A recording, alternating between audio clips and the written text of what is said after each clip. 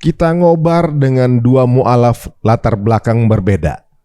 Seperti apa serunya? Ayo kita lihat. Assalamualaikum teman-teman cerita untungs. Kedatangan Paus Fransiskus yang membangkitkan rasa toleransi, di baliknya juga terdapat pro dan kontra. Dari pelaksanaan misa di masjid, penggunaan running text saat azan, dan lain-lain. Bagaimana Islam memandang hal ini? Kali ini Cerita Untungs akan membahasnya bersama Ustadz Kainama dan Umar Al-Fariski. Saksikan kisahnya hanya di Cerita Untungs.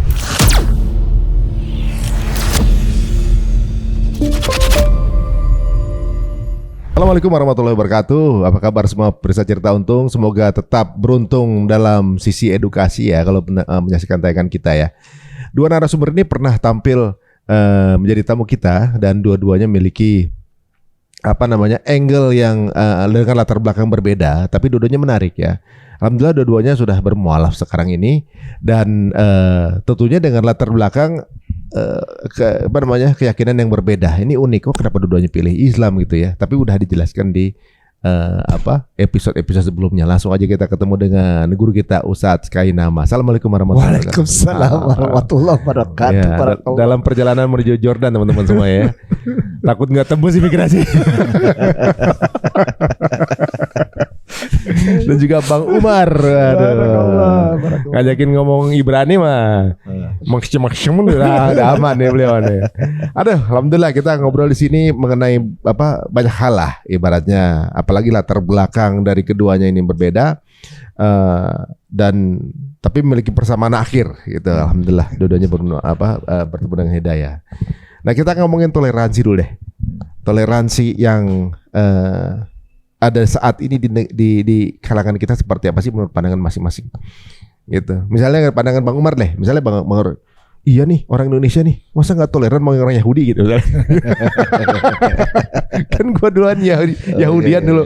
Sekarang orang Indonesia nih aduh nggak toleran sama Yahudi gitu misalnya. Gimana sih kalau pandangan Bang Umar? Ya oke, terima kasih saya diberi kesempatan untuk datang kembali ke channel YouTube Cerita Untung ya.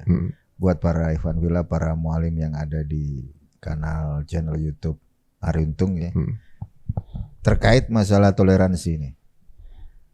Kita sebagai umat Islam kita diajarkan sama guru-guru kita bahwa Islam itu rahmatan lil alamin. Islam itu adalah rahmat bagi alam semesta. Dan di dalam Islam pun juga diajarkan la ikraha fid-din.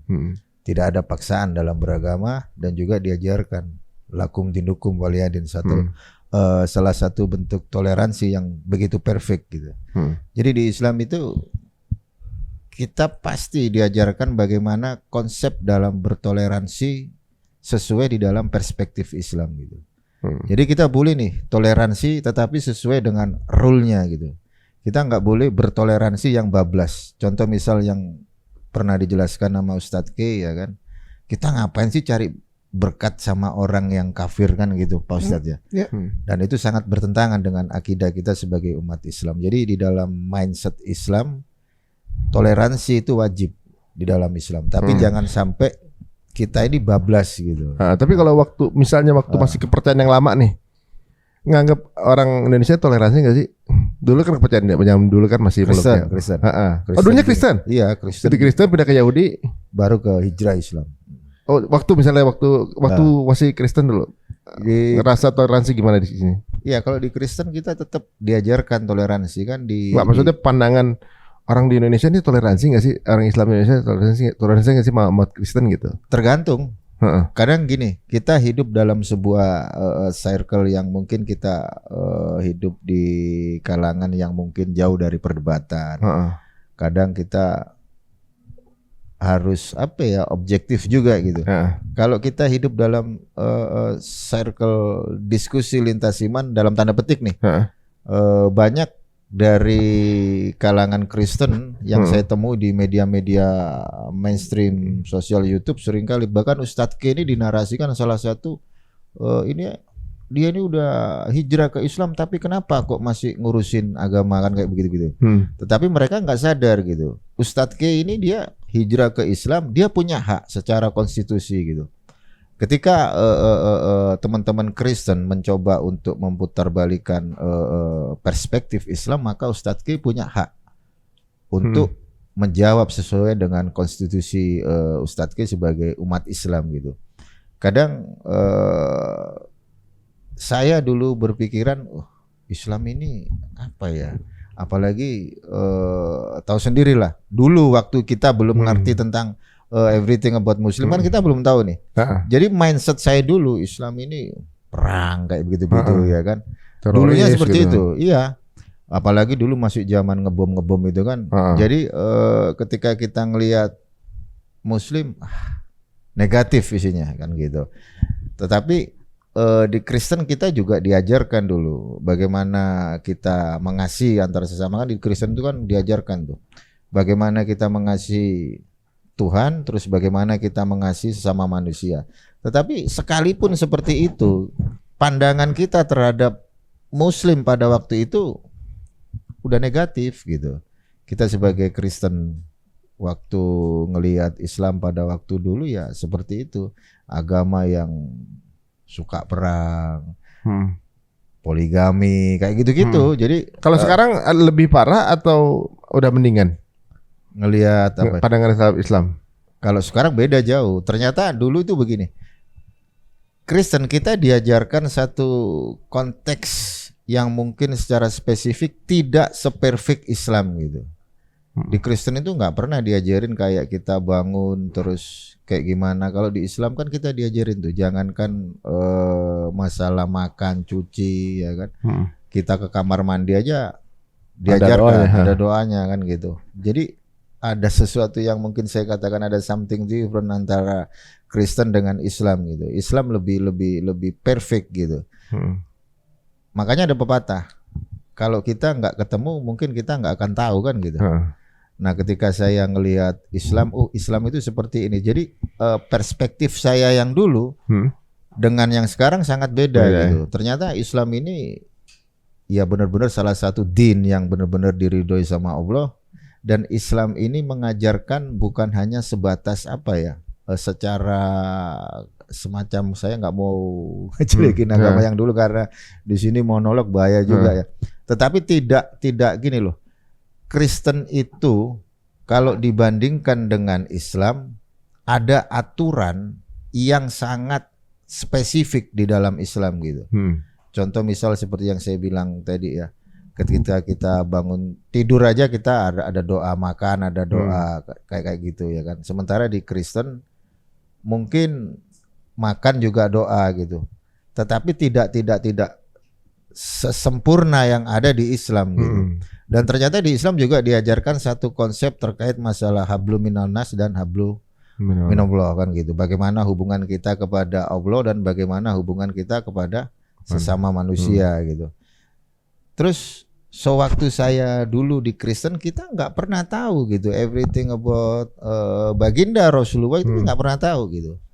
Yang tahu ketika saya menjadi Kristen, baginda Rasulullah itu sering digambarkan dengan narasi-narasi yang mungkin negatif kayak begitu. Sementara ketika saya hijrah ke Islam, mau tidak mau saya harus mempelajari gitu. Siapa sih nabi dari umat Islam? Kita buka nih Sirah Nabawiyah. Di situ kita bisa temukan, oh ternyata tidak seperti yang saya bayangkan dulu sewaktu saya menjadi Kristen gitu. Ya, jadi intinya berarti kalau walaupun udah dicoba berbagai hal juga dalam hidup bernegara, tetap aja namanya rasa intoleran, tetap ada rasanya juga ya.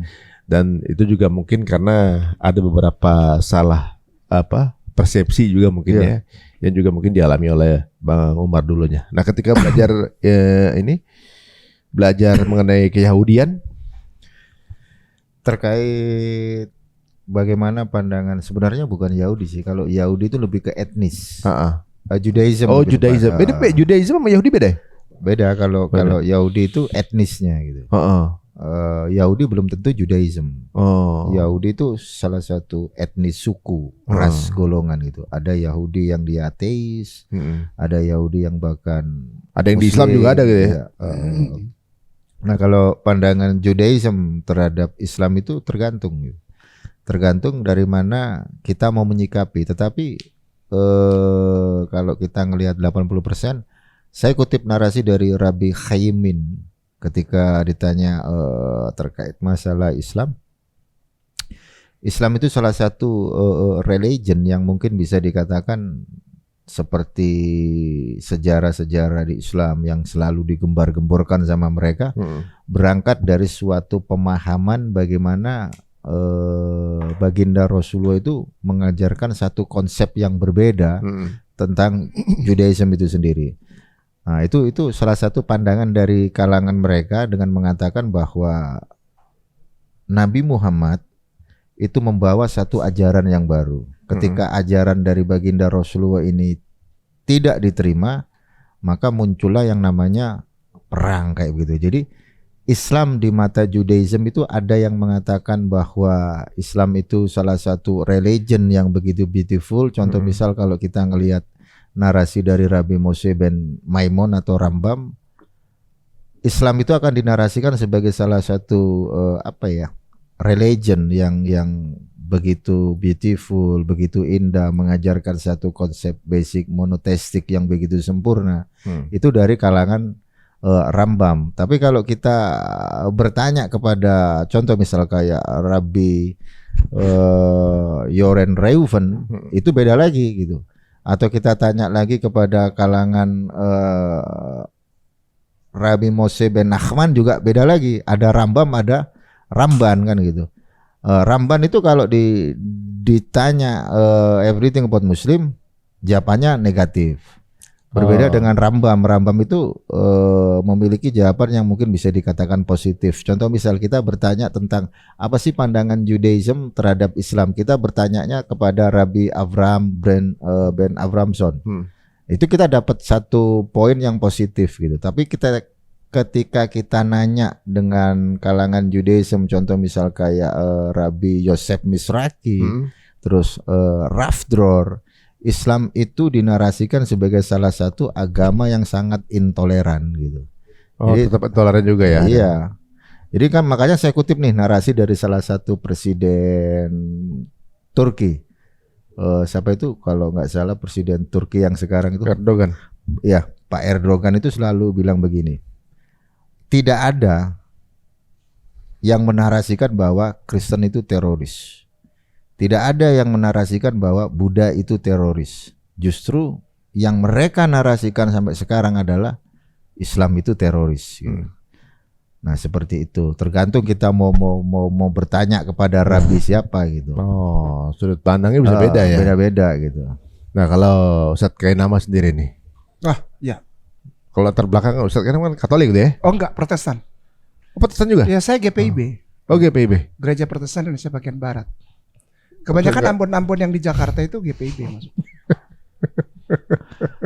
Ini langsung begitu buka omongan langsung straight to. Tapi enggak mungkin karena ini ya beda keyakinan jadi enggak apalah, ada GPIB, ada GKBI, ada gitu-gitu. Oh, macam-macam. Banyak. Nah, kalau pandangan Ustadz gimana? Tentang toleransi ketika aku masih dulu di sana. Islam toleran gak sih? Enggak lah. Enggak juga. Enggak ada, bohong.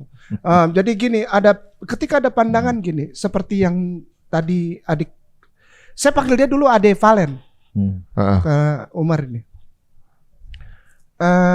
Ketika saya masih ada di sana, masih ketok-ketok dogi, gitu ya, masih suka minum-minum yang tikus-tikus lari itu kan, itu botolnya itu cap tikus, jadi kita suka kejar-kejar tikus dulu. Pandangannya memang tidak pernah ada yang baik kok. Jadi kalau bahkan sampai sekarang para pemimpin agama yang kita hormati di Republik Indonesia ini, saudara tersayang, warga negara Indonesia, Kristen Katolik terutama, itu sebetulnya jika ada yang bilang begini, ada statement, mari kita lihat dari pandangan yang berbeda, karena di dalam kekristenan ada pandangan Bapak ini, ada pandangan ini. Enggak, sebetulnya semuanya sama. Islam itu teroris dan Islam harus dibuat menjadi teroris. Oh. Begini, pelan-pelan. Pertanyaannya kan gini, pandangan ketika aku dulu masih di sana, apakah Islam itu ada pandangan yang Kristen pemimpinnya bilang dia toleran, ada yang anti toleran, itu siapa aja? Enggak, semua sama. Bagaimana caranya membuat supaya Islam itu dipandang oleh jemaat Kristen itu anti toleran. kalaupun ada sisi toleransi yang timbul yang tidak dapat dicegah, tidak dapat dibendung bahwa Islam itu damai, itu harus dibikin jadi intoleran. Contohnya bagaimana? Oh gampang aja. Ada di satu daerah sudah punya rumah ibadah gereja, ya kan? Beberapa tempat, bangun aja, beli tanahnya, bangun, tanpa kasih tahu bahwa itu akan dibangun gereja. Sudah berdiri kan, ya kan? Jemaatnya sudah ada punya gereja masing-masing, tapi bikin gereja baru. Karena toleransi di situ dipertunjukkan oleh umat Islam bahwa orang gereja orang Islam fine-fine aja. Malah kalau Natal suka ada yang bawa bambu, bikin sabua tuh apa? Tenda itu yang atasnya terpal, nyariin kursi, bawa misalnya orang di rumah itu mau kebaktian di rumah tangga. Tapi mesti ngambil mimbar kecil, ada mimbar kecil yang kayak gitu teh, mimbar kecil. Itu ada anak muslim naik motor, tenang tante di situ saja kami yang ambil tuh. Karena sudah tercipta itu timbul secara tidak bisa dibendung image bahwa memang Islam itu toleran, Islam itu damai. Bikin itu supaya tidak toleran, gimana sih? Rugi dong. Caranya gimana untuk bikin? Iya saya tadi bilang beli tanah, bangun gereja. Ya nggak apa-apa juga kan bangun. Kan gak ada izinnya, gak ada IMB kan. Oh. Semua pengurus Pemda di situ, para tua-tua adat dan semua orang-orang di situ, di daerah situ, tahu bahwa sudah ada gereja.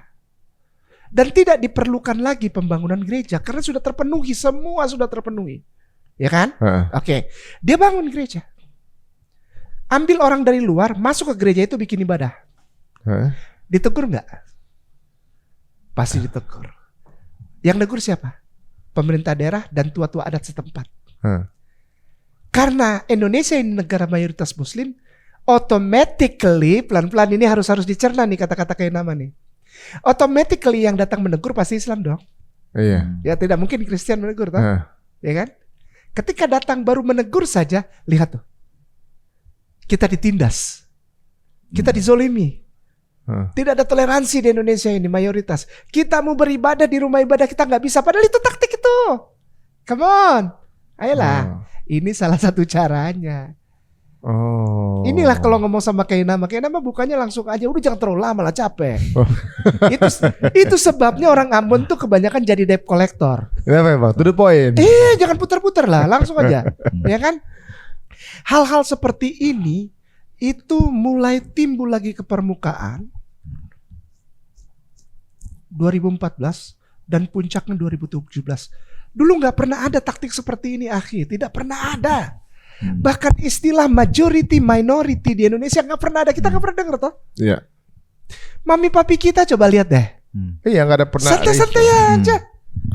Nggak ada urusan kamu muslim harus mengucap sebagai tanda toleransimu. Ucapkan selamat Natal, kagak ada. Dari dulu santai-santai aja. Wallahi. Iya. Nggak pernah ada yang ngomongin kayak gini. 2014 mulai ada gejala ke sana. Iya. 2017 puncaknya apa? Minority majority. Islam as a majority pressing out all the minority religion. Especially Christianity and Catholicism. Ini kan dibangun paradigma ini, ta? Oh, di momen Ngerti itu, di momen yang ada politiknya saat itu, iya benar-benar. Padahal sebenarnya hidupnya damai-damai aja sebenarnya. Ayolah. Ya jadinya saudara kita yang ini dibikin acak, jadinya dibikin random sehingga orang tidak sadar bahwa ada satu kekuatan yang sedang bermain. Apa? Kekuatan untuk memecah belah. Yahudi itu sudah ada di Indonesia bahkan sebelum kemerdekaan, akhi. Iya. Ya kan? Tentara-tentara Kenil itu, tentara-tentara punya tentara Oost-Indische, ya kan? Vereniging Oost-Indische. Bahkan yang namanya Nederlands Bijbelgenootschap, Bible pertama yang dibawa masuk oleh Zendelingen, oleh misi pekabaran Injil itu sebelum merdeka. Dan gak pernah diomongin orang Islam anti toleransi. Kagak. Yang membantu menerjemahkan itu orang Islam. Sadap. Jadi sebenarnya isu kayak ada polarisasi antar keyakinan baru 10 tahun belakangan berarti ini. Yes. Latar belakangnya berarti politis ya. Yes. Tapi dengan kemarin datangnya salah satu pemuka agama di Indonesia nih. Udah clear. Pemuka negara, maaf, Afwan. Maksudnya Indonesia menerima beliau datang sebagai pemimpin negara. Itu kan untuk mengkelirkan lagi atau gimana maksudnya? Ya taktik yang tadi saya bilang. Kalau dibilang itu pemimpin agama, yang nyambut berarti orang Katolik aja dong. Presiden nggak perlu nyambut dong pemimpin negara kita, toh? Ada banyak taktik yang masuk ke kita, Akhi, yang justru mengecoh yang mengaku dirinya Muslim. Gimana? Pelan-pelan ya. Saya berani bilang mengecoh. Kenapa? Dengan segala rasa hormat dan permohonan maaf. Ini bukan sok politik, bukan. Gini, Vatikan itu negara bukan? Negara. Oke. Pope Francesco Jorge Mario, pimpinan yang dikenal sebagai Paus Franciscus, itu ibaratnya pemimpin negara bukan? Bukan pemimpin gereja itu ya? Ini kan Vatikan itu negara. Vatikan itu negara. Dia pemimpin Vatikannya beliau. Berarti pemimpin negara. Oke. Pope Papa Francesco ini kok so akrab banget pakai iya, karena sebetulnya bahasa Latinnya bukan Paus Franciscus tapi Papa, dari kata bahasa Yunani koine. Ini dia tahu banget, papas. Papas atau papal. Itu artinya father, Bapa, Romo. Oleh sebab itu pemimpin Katolik di Indonesia sering Romo. Romo. Bapak. Sementara Bible tulis, Yesus berkata, janganlah engkau memanggil seorang pun di dunia ini Bapa, sebab hanya satu Bapamu di sorga. Itu dari sisi teologi. Kembali lagi ke kenapa kayak nama berani bilang ini pengecohan? Lah iyalah. Vatikan itu negara. Vatikan is a nation or a country, a state, independently, dan diakui di seluruh dunia. Ketika orang tertinggi di Vatikan, dia pemimpin negara kan, dia datang ke Indonesia visiting, diterima oleh pemimpin tertinggi di Republik ini, Bapak Presiden yang terhormat. Ketika Bapak Presiden menyambut beliau, Paus, beliau menyambut sebagai apa? Presiden, negara. Iya, yang disambut berarti kepala negara ya. Masa presiden nyambut kepala imam tertinggi agama? Kalau itu mengunjungi presiden, boleh. Tapi ini disambut, ayo dong. Kan ini bahasa Indonesia sehari-hari aja. Presiden Republik Indonesia menyambut Paus Franciscus. Paus itu adalah satu diksi untuk imam tertinggi Katolik, Pope. Di bawahnya bishop. Di bawah bishop, Monsignor, dan para keuskupan. Nanti di bawahnya lagi romo atau pastor. Di bawahnya lagi frateran, frater. Kalau untuk perempuannya susteran yang pakai kudung. Kalau yang belum pakai kudung belum dipanggil suster. Seperti Bunda Maria Teresa. Pernah dengar? Yang melayani orang kusta di India. Nah, kepangkatan ini rancu lah. Kenapa? Kepala negara menyambut kepala negara, tapi titelnya imam agama. Kenapa tidak disebut Bapak Francesco Jorge Mario? Kenapa nggak disebut gitu? Itu dosa? Enggak. Itu menghina? Enggak, emang itu namanya. Maaf, dengan segala rasa hormat, kita sambut kedatangan, kehadiran di ruangan ini yang kita sama-sama sayangi dan cintai, hormati, Bapak Presiden Republik Indonesia Joko Widodo. Coba bandingkan. Beneveneto grazie mille papas. Kok papas? Papas itu artinya imam. Itu di YouTube-nya ada nggak sih? Gue nggak nonton soalnya. Ada di YouTube itu. Sambutan yang disebutnya apa? Enggak, sambutannya gini. Paus Franciscus, bener nggak? Mari kita sambut kehadiran yang mulia lah kita. Yang mulia Paus Fransiskus. Kenapa kok? Emang ada yang aneh kayak nama? Ya iyalah. Mestinya ketika dia sebagai kepala negara, Monsieur, boleh dong? Atau Senor, boleh dong? Senor Francesco, boleh nggak? Mister, Your Excellencies, the leader of Vatican. Mister, Your Honor, boleh dah? Franciscus, boleh nggak? Pausnya hilang. Ya sekarang misalnya Indonesia yang memimpin Ustadz juga boleh dong. Berarti sebenarnya Bapak Ustadz siapa gitu. Boleh juga kali. Iya, dia tamu negara bukan posisinya tuh Ustadz. Enggak, misalnya Indonesia presidennya Ustadz. Iya, dia sebagai presiden apa sebagai Ustadz? Presiden. Nah sih, buang Ustadznya. Oh gitu. Loh, Gus Dur nggak pernah dipanggil Ustadz. Padahal dia Ustadz. mualim, mudarris itu. Syekh itu mestinya. Oh.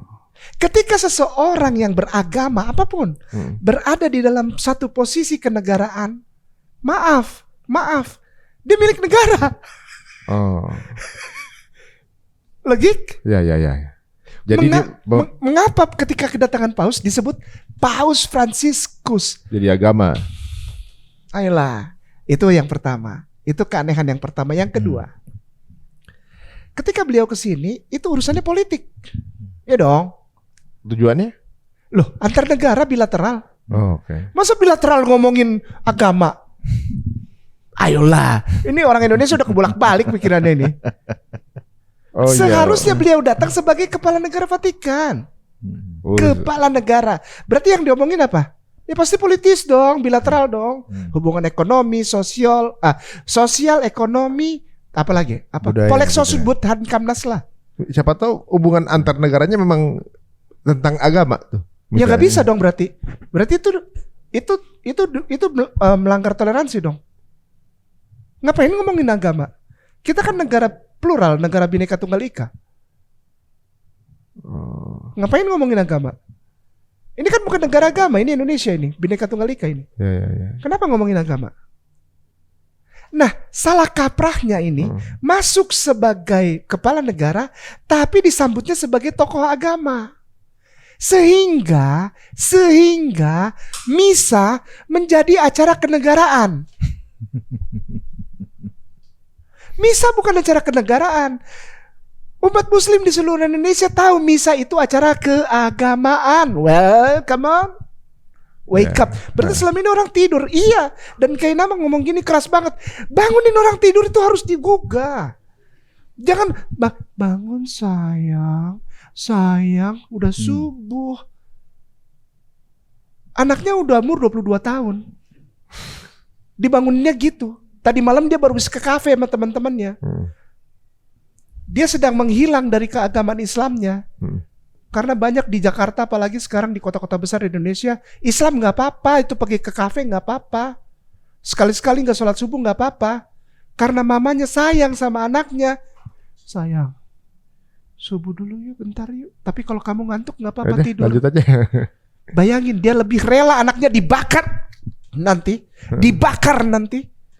daripada anaknya bangun sebentar, melawan rasa kantuknya untuk bilang Allah I love you. Rasulullah I love you. Hal-hal seperti ini masuk secara tidak terasa, akhi. Alhamdulillah saya diminta untuk ngomong hari ini. Untuk apa? Kalau bisa disampaikan. Sudah waktunya kita tidak lembut-lembut untuk sesuatu yang sebetulnya salah. Jadi kesalahannya adalah menempatkan seseorang bukan pada tempat yang proporsional. Sehingga terjadi apa? Terjadi misa di dalam masjid. Bukan berarti kita bilang, oh enggak, ini jangan, ini tempat suci, yang lain dari agama ini. Bukan, kan masing-masing punya tempatnya kali. Aduh, jangan kosong. Oh, kepala tuh kalau diginiin jangan bunyi klotak, itu kosong. Kalau kepala diginiin ada bunyi klotak, artinya kosong ya. Artinya kosong ini. Kosong, klotak, jangan klotak lah, jangan kosong. Kenapa nggak pantas bikin misa di dalam, lalu bilang, oh masjid terbuka untuk siapa saja membuat ibadah. Klotak itu kosong. Kenapa? Masjid is for Muslim, right? They have their own place to worship, right? Dan Islam menghargai itu, right? If you want to make a misa, is our honor. We will guide you to the place where you belong, supposed to be, right? Ya. Itu bukan toleransi, itu penghancuran toleransi, dan itu diinjak-injak Bhinneka Tunggal Ika. Undang-Undang Dasar 1945 pasal 29 habis diinjak-injak. Kenapa? Dengan menempatkan ibadah yang sudah ada, rumah ibadahnya, dan dilindungi oleh undang-undang, dan umat Islam menghormatinya. Dia pindah ke sini, kan gak lucu. Lalu dibilang toleran. Toleran itu memberikan tempat ibadah yang baik, dan saat ibadah yang baik tidak terganggu, merasa nyaman dan aman. Itu toleransi. Bukannya orang Kristen mau kebaktian, ini yang pakai band apa enggak? Pakai, ntar gue cariin, tapi bikinnya di masjid ya. Make sense or not? Come on, wake up. Is that making any sense? Ya. Apa yang ingin saya sampaikan adalah bahwa kedatangan Pope Francesco Jorge Mario ke Indonesia ini sebetulnya membawa pesan yang sangat dalam, Ustaz. Apa itu? Mayoritas Republik Indonesia adalah Muslim. Dapatkah, saya garis bawahi ya, dapatkah mayoritas Islam di Republik Indonesia menerima kami orang Katolik apa adanya? Melalui 3 poin dari khutbah beliau. Kok Ustaz tahu? Ya, saya tahu itu khutbahnya waktu di katedral kemarin. Yang pertama adalah vita atau fide, artinya iman. Apakah orang Indonesia mayoritas Muslim menerima apa adanya iman mereka yang mempercayai dogma atau ajaran agama, konsep ketuhanan yang berbeda dengan Islam? Apakah mayoritas Islam ini bisa toleran, bisa tetap sayang walaupun tahu bahwa kekatolikan itu konsep Tuhannya beda? Bukan. Nggak ada masalah. Nggak ada masalah kan? Nggak ada kan? Vita atau fide, iman. Karena mereka walaupun bagaimana tidak bisa dipaksa untuk menjadi ketuhanan yang Maha Esa. Tidak bisa. Oh gitu? Loh, tidak bisa. Vita di atas, ditaruh di poin pertama dari khutbah beliau, dari misi beliau ke Indonesia. Vita itu tulisannya apa? Fide, iman. Iman ditaruh sebagai poin pertama. Adalah penting sekali buat beliau sampaikan. Bisakah Indonesia menerima iman Katolik? Menjadi saudara sebangsa, saudara senegara di Indonesia. Kita adik kakak di sini, baku sayang, baku polo orang Ambon bilang. Walaupun Anda tahu bahwa kami, Tuhan yang tidak bisa jadi satu. Tuhan kami adalah Patris non es Filii, Filii non es Spiritus Sanctus. Asik. Jadi 3 itu tidak bisa dibilang ketuhanan yang Maha Esa. Ini Tuhan kami, ini iman kami. Bisa ke Indonesia menerima itu? Bisa kan? Bisa, nggak jadi masalah.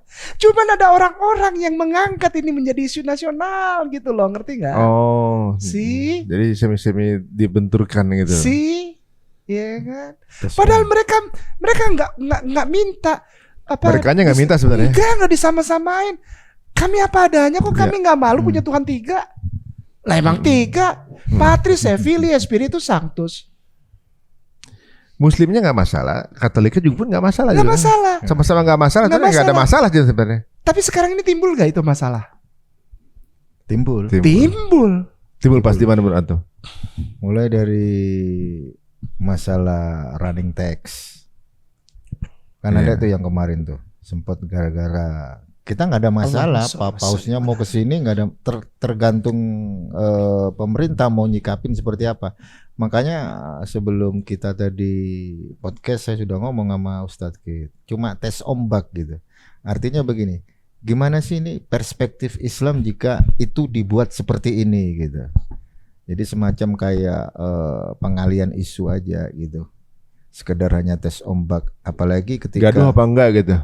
pasti gaduh. Kalau kita sebagai umat Islam yang tahu perspektif Islam pasti gaduh. Emang ada prosesi minta berkah itu? Ada. Sampai dicium. Ada. Ada adegannya di situ apa gimana? Ada. Jadi beberapa hal ini seperti gini ya. Ada satu kekuatan di Republik ini yang tidak nampak, Akhi. Mempergunakan kedatangan yang apa adanya, yang penuh damai dari seorang Pope Francesco ke Indonesia hanya untuk memperlihatkan damai dan memperlihatkan apa ya, seorang kepala negara yang juga kadarullahnya, saya nggak bilang kebetulan, kadarullahnya adalah juga pemimpin agama Katolik. Nah, orang mengambil momentum ini untuk melepaskan satu pandangan yang justru sangat tidak sesuai dengan kedatangan ini. Nah. Oke, kembali lagi ke tema. Jadi misinterpretation ya. Dibikin misinterpretationnya. Bukan karena missnya memang naturally, tapi they some kind like fabrication of misinterpretation. Padahal kedatangan ini polos-polos saja kok. Paus gak pernah minta ketika aku misa running text aja ya. Kalau enggak, dia gak pernah tahu, dia gak pernah urus hal-hal itu. Oh iya. Ini udah lagi ini bukan pertama kali lagi. Dan bukan pertama kali. Sempat yang dari Kristen sendiri ngomong, janganlah kita diadu domba kayak begini. Itu kan muncul viral. Iya. Padahal siapa yang adu domba gitu. Jadi gini, ada kekuatan, Akhi. Yang ini yang saya sampaikan kepada seluruh pemirsa dan saudaraku sayang di Republik ini. Indonesia itu udah paling perfect toleransinya. Karena apa? Begini, Akhi, bukannya sombong, tapi memang ini alamiah ya. Ketika satu negara dipimpin oleh seorang pemerintahan yang berdasar kepada syariah, mohon maaf banget, ke bawahnya aman. Benar. Ke bawahnya aman, Akhi. Wallahi. Kalaupun ada riak-riak di pemerintahannya atau di pimpinan tertinggi negara tersebut, sekali lagi pelan-pelan. Kalaupun ada riak-riak atau ada ombak di jajaran pemerintahan, masih dalam hal-hal yang bisa ditangani lah, ya kan? Tidak merusak sendi-sendi bangsa tersebut, sendi-sendi kehidupan bangsa, ya seperti dasar-dasar negara, pola kehidupan antar masyarakat kan plural, di mana-mana negara pasti plural lah, nggak ada yang satu jenis lah, nggak ada, pasti plural. Indonesia alhamdulillahnya dilihat oleh negara luar mayoritas Islam, ke bawahnya itu pasti oke lah, toleransinya oke. Nggak perlu diajarin umat Islam hormati orang Kristen, nggak perlu, tapi nggak perlu. Sampai bablas kemarin Ini bablas. Bablasnya gimana? Bablasnya gini, Afwan Ustaz. Bablasnya gimana bablasnya? Gini, menyatakan bahwa orang-orang Islam yang ada di acara tersebut, mohon maaf, membenarkan ajaran kekatolikan. Toleransi bukan membenarkan agama orang lain, benar. menghormati agama orang lain. Yang lebih Sepakat untuk nggak sepakat ya? Sepakat untuk tidak sepakat. Nah, kemarin banyak kejadian begini. Contoh, ada seorang wanita dengan jilbab, lalu nangis-nangis melihat itu, lalu mengutarakan bahwa aku terharu bisa berhadapan dengan Bapak Suci Vatikan. Saya beragama Islam, tapi saya tidak dapatkan ini di dalam keagamaan saya. Saya merasa bersyukur karena ternyata dia bilang apa yang diajarkan di agama saya itu ada di dalam kekatolikan yang saya saksikan dengan kedatangan Bapak Suci. Begitu ngomongnya. Kedamaian. Iya ada. Oh, saya kaget loh. Berarti kan ini menyamakan antara Islam dan Kristen. Islam Kristen, terutama secara khusus, secara spesifik lagi, lebih sempit lagi, Islam dengan Katolik. Katoliknya nggak mau, Ustazi, dari tahun 0, dari zaman tahun jebot, begitu Katolik berdiri sampai detik ini, dia nggak bakalan mau disamain nama Islam. Nggak mau. Nggak usah ke sana ya. Saya Kristen sama Katolik juga Nggak mau disamain. nggak, maksudnya kalau sekarang orang Indonesia tuh banyak yang nggak paham loh bedanya Kristen sama Katolik sebenarnya kan gitu. Itulah. Udah mah nggak paham, so tahu. Ini yang bahaya, Ustazi. Contoh, udah nih ya. Orang Islam tersebut lalu seperti bertelut atau apa? Kayak bertelut tuh apa? Gini, apa? Bukan sujud apa? Bersedekap apa? Jadi Sedekap. ya kayak gitulah. Lutut lah, berlutut di hadapan paus, lalu pegang tangannya lalu cium. Lalu katanya Ada yang gitu? Enggak maksudnya ibu itu. ya selain ibu itu ada yang lain. Oh gitu. Ada banyak. Secara spesifik langsung kita sebutin aja. Jangan, bahaya. Oh, ada namanya. Ada orang Jangan. di TV muncul. Jangan. Ini menyangkut visa saya. Menyangkut visa. Emang sama-sama to the point nih. Jadi bingung kita nih. Dia cium tangannya. Begini. Lalu tagline di mana-mana tah? Toleransi. Islam menunjukkan toleransi. Mayoritas menunjukkan toleransi. Pertama saya mau bilang, dari Islam itu toleransi yang salah. Ternyata. Jadi pakai titik-titik tuh kayak lagu. Ternyata titik-titik. Ternyata Katolik juga nggak mau tangannya dicium sama Islam. Oh iya. Gimana? Protestan aja dibidatin. Iya. Bidat apa? Bid'ah. Iya. Terkutuk, sesat. Sesat kalau dalam pandangan mereka. Loh, berarti kemarin